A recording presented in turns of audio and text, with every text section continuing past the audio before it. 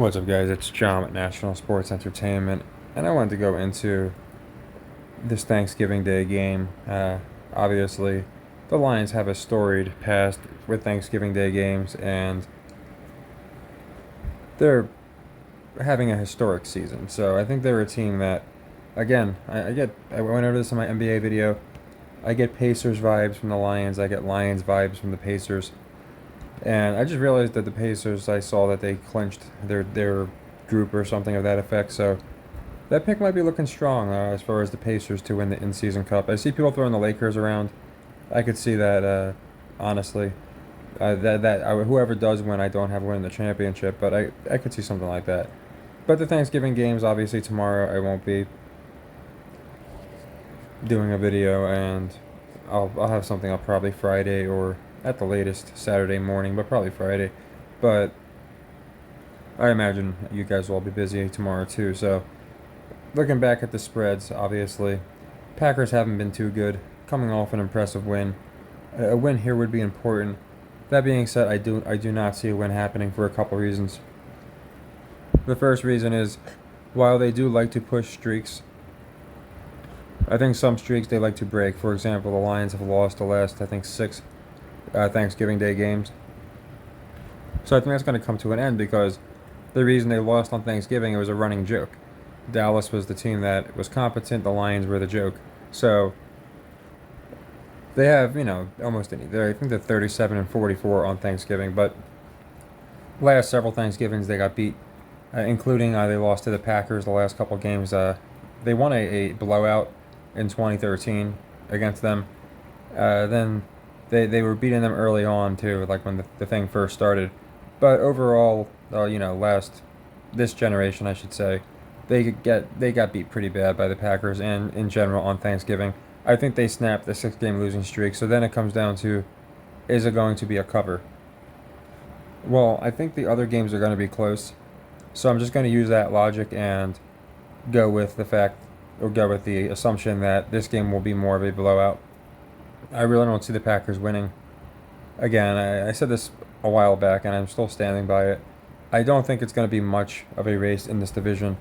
The Vikings are keeping it closer than I thought they would, but I still think these teams are all going to be fighting for a wild card spot. The Packers, Vikings, Seahawks, Commanders. So I like the Lions. I like them to cover. I like it for one unit, so it's going to just be a leg one for one unit. Now, this one's also going to be a leg one for one unit. And it's because I don't want to get too frisky with it, but I do like the Commanders to outright win this game.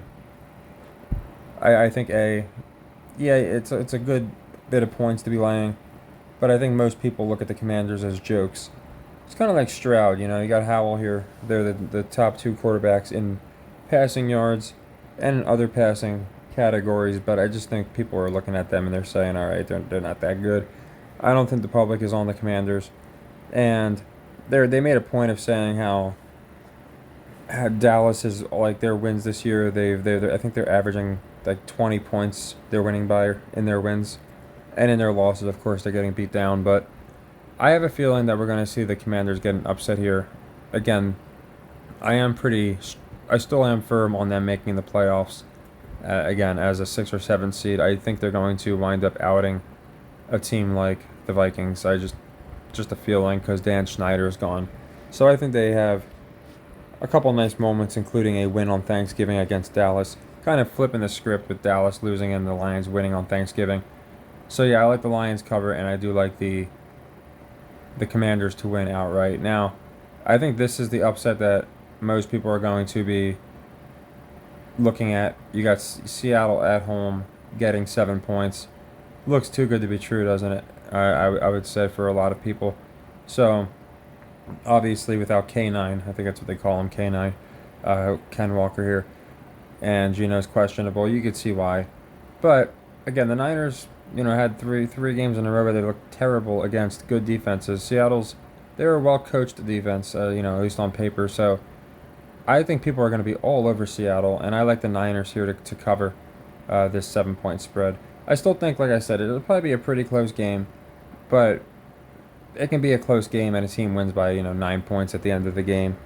They're up by 2 and they get a touchdown late in the game or something. So I think people are going to be all over Seattle.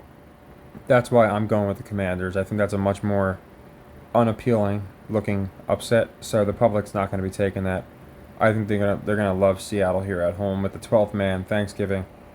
So that's going to be the first two are going to be leg ones for 1 unit.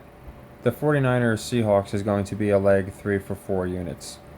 We have a couple open sequences, so you can really add it to whatever. If you watch any of my prior videos, then you know the exact amounts we do. But yeah, the first two are just going to be leg 1 unit. Obviously, if any of them lose, we'll address them on Friday or Sunday. But for the Niners, I do like that for 4 units. Now, if you saw my last video, I went into the NBA games, and there was no spread on the Suns, Blazers, and Lakers. So I did blind spreads, and in the video, I went into how if the spreads really weren't close to what I suggested they were going to be, then I would amend my picks. I was actually pretty darn close, so I'm going to, obviously my picks are the same. In my video, I had the Suns as like a 1.2 point favorite, and they're 2.5, so I still like them to cover. I figured the Blazers would be getting 4. They're getting 3.5, and I liked the Jazz, so I still like the Jazz for the cover. And I thought the Lakers would be getting about 3, and they're getting 2.5, so I obviously still like the Mavericks. Those are my 3 picks for Mavericks to cover. I just, again, if the spreads were something I wasn't expecting, like if they had some phantom injury come out of nowhere, then obviously the spreads might have been different. It's pretty usually, I don't know how this could help outside of the people that like really fish lines, but it's rare that unless there's injuries that I don't know about, and I'm sure a lot of people can do this. If I predict spreads, they're usually like within a half point of being right. That's the reason I really do feel like when we see ones like this here, the 7 point spread, I never would have guessed this. I would have guessed like San Francisco minus 2.5, 3.5, even with the Geno questionable concern, just because of the inconsistency. So when a spread comes out and it's way off from where I'm usually over the target with predicting spreads, then that's just one tool that I use. It doesn't mean it's right. But like I said, I also like it when I have an idea of what the spread's going to be, because I just feel like it's good to know. Like if we have an idea of what Vegas, so we know like these were pretty accurate. Now, if in a few days we get the same matchup or two very similar teams matched up and it's a 6 point spread, then to me it just suggests, okay, what's changed? There's obviously some reason that they're changing the spread. But anyway, I went over all these picks in my last video. I just found the spreads interesting because, yeah, a lot of times, again, it's like you can guess it down to the half point, but other times they'll just pull some weird, whether it's a Jedi mind trick, I don't know. And the Seahawks kind of jumps out to me here. It's a different sport, but the same concept. So yeah, leg 1 for 1 unit. Lions are going to cover, I think. I'm pretty sure about that. Commanders, definitely worth, I think, taking for a money line upset. And 1 out of 3 upsets is definitely conceivable. And the 49ers probably look pretty darn strong. And people start, going. I think they're going to be. I mean, I don't think they are a streaky team. They went on they were losing a few, then they went on the winning streak, then they lost, then they went on a winning streak, then they lost 3 winning streak. So they're definitely streaky by nature. I think the wins continue, and then maybe they lose a couple towards the end of the year, getting people off of them and onto Philly and onto some other teams. I don't know if people are going to get on the Lions. Jump from the Niners to the Lions, unless they're getting much more appealing odds. So if the Niners are getting like plus 300, plus 400, I feel like the Lions need to be getting like plus 800. If it's even close, I just think most people are going to go with the Niners. That's why I think they're going to give them some hiccups.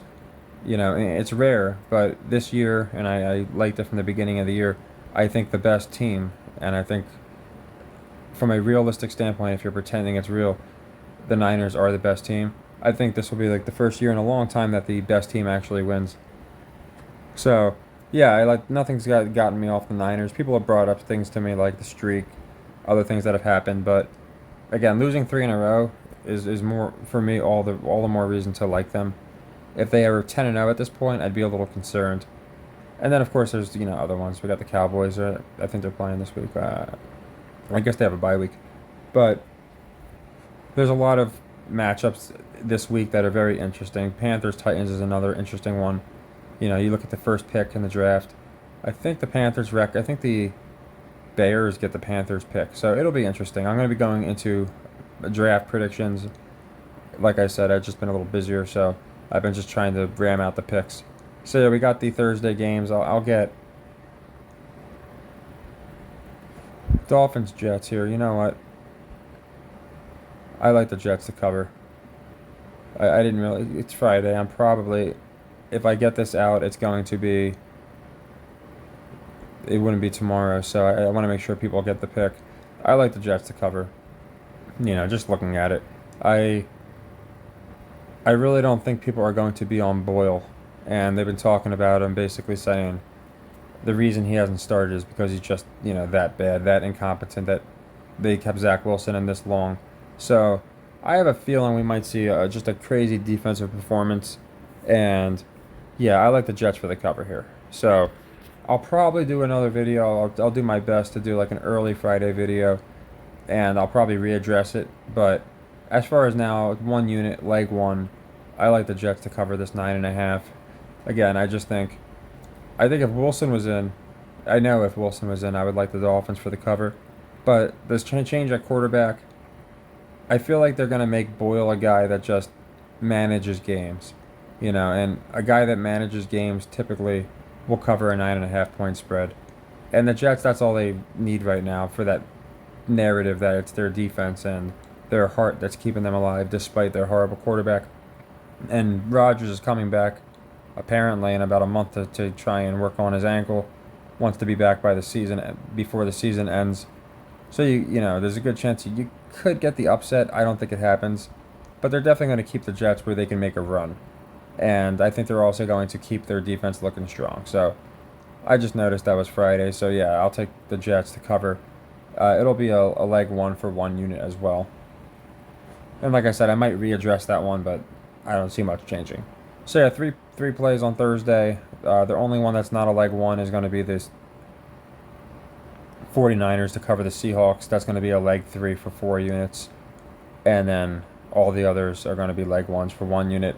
And then I'll be able to go into the Steelers game and all the Sunday games. So take care and happy earnings, and have a great Thanksgiving.